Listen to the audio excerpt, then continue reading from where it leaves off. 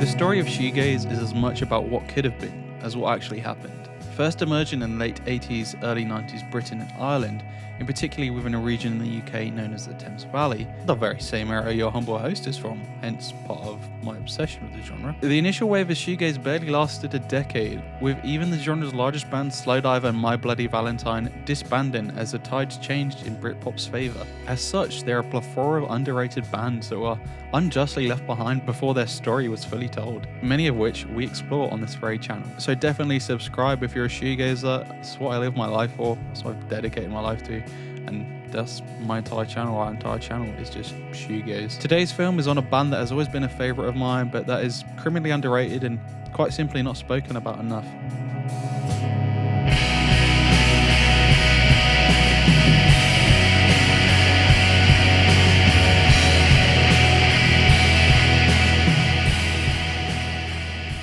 Emerging in 1997, the band's initial stint was relatively short, not untypical of many first-wave shoegaze bands. As with the starlets of the shoegaze genre, who re-emerged 2 decades after disbanding, today's band also reappeared around 20 years on from their initial dissolution, returning in 2018 with a fresh outlook on shoegaze.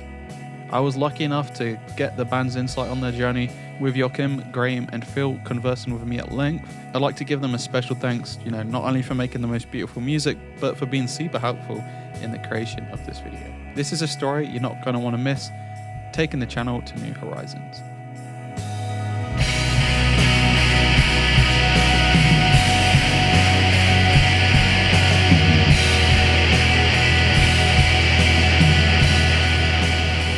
Our story starts in 1990s Ontario. Alesis rack units and boss delay experiments in the drummer's basement. I say drummer, though this band were always pretty flexible when it came to who played what, with Graham, the band's drummer, often bringing his experience to Joachim's ethereal guitar parts. Best to give this band a name at this point, Southpacific, as the band themselves describe an escapist name to a place that was very remote and different from where we were living.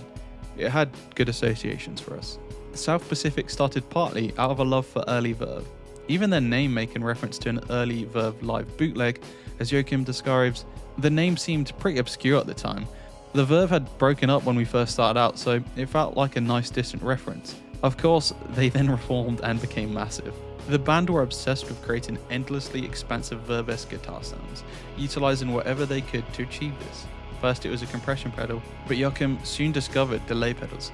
I eventually figured out you could use a volume pedal to do volume cells into delay for a big washy sound. Nowhere is this more apparent than on the opener to the band's 1998 album, 33, with the song Nova fading in and out like the ebb and flow of a southern Pacific tide.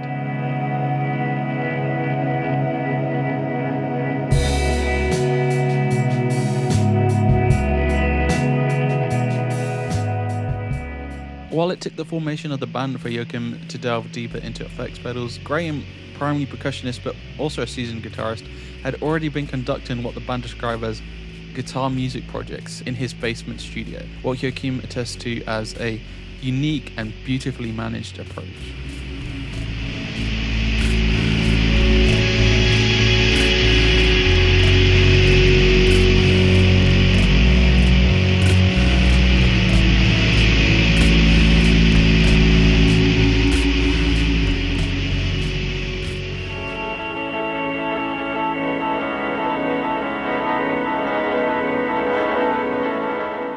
The band are not shy to mention their influences, MBV, Mercury Rev, and of course, the aforementioned Verve. But it was the gear that played as much a part as anything to modern South Pacific sound. Graham had an alesis quadriverb and a raw sound of maybe broken 1970s Seaman fuzz. As with a lot of good shoegaze though, a big part of the sound was crazy alternate tunings and playing very, very loud. As Joachim attests, a lot of mysterious stuff and magical tones happen at high volumes, with feedback and sounds filling the space, and you can't really replicate that at low volumes.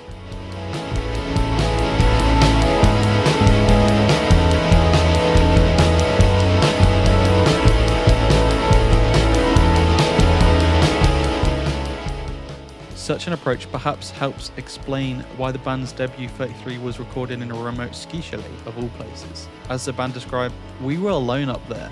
It was a classic remote recording scenario. It was hot, so the windows are open the whole time.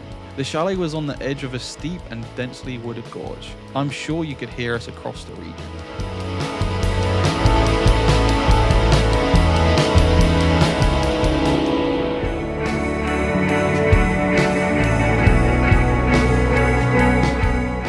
really value the band's approach to music making, and if I'm honest, it's probably because it's so similar to my own approach, with an emphasis on experimentation and, as the band described, using gear like it isn't supposed to be used. Delay is a heavy presence throughout the band's discography. Joachim describes starting on a Boss DD5, but it was impossible to set the tempo accurately for each song. Eventually, I picked up a 1980s Roland rack delay where you could preset the delay times. We did a lot of stuff running 2 delays in sequence. Another similarity with my own approach to creating shoegaze guitar sounds is changing pedal settings between songs. As the band described, each song has its own sonic character. When I first started out myself, I thought this would be a common occurrence amongst bands. It's only after years of creating videos on this channel that I discovered most people don't actually do this, so it's really refreshing to hear that this is also how South Pacific do things, even if it does cause, as the band described, a nuisance when playing live. What's also nice about the band is what they describe as a hands-on approach, dedicating time to carefully thought out recording and mixing techniques. The result across works such as 33 and Constance is a cohesive sound which the band themselves describe as big washes and rhythmic effects. As I've mentioned to the band themselves, South Pacific is great driving music, and I guess this probably stems in part from the rhythmic approach the band have described. It's hypnotic and at the same time expansive. I asked the band whether the vast Canadian wilderness had any impact on the sound. They describe a desolate and bleak Ottawa in the winter with extreme cold and darkness. They talk of how easy it is to leave the city and to find yourselves in green spaces, putting forward the idea that South Pacific are interested in the idea of filling space, ideas of architecture, and larger open spaces. Instrumentally, one space that remains open is vocals. Until 2023's Radar Road, only one of the band's songs, Built to Last, contained vocal parts.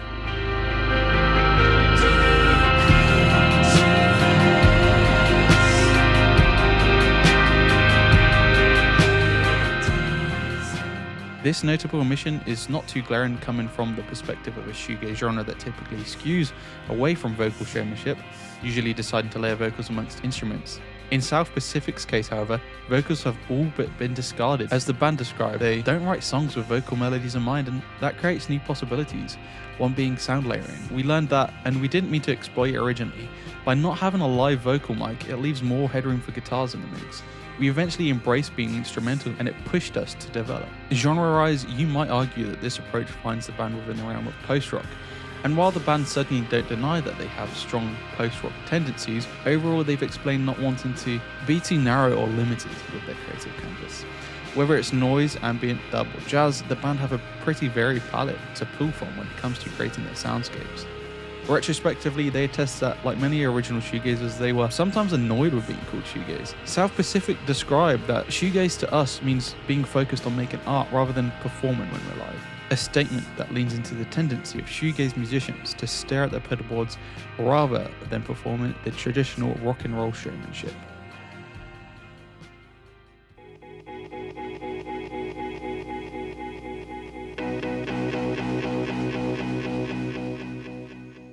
South Pacific are a shoegaze band that went against the grain, emerging just as the original shoegaze wave was dissipating in a part of the world that was generally disconnected from the genre. Despite this, they are one of those bands that merit a second listen, with perfectly crafted shoegaze compositions, a result of their focus on the most important instrument to the genre, the guitar.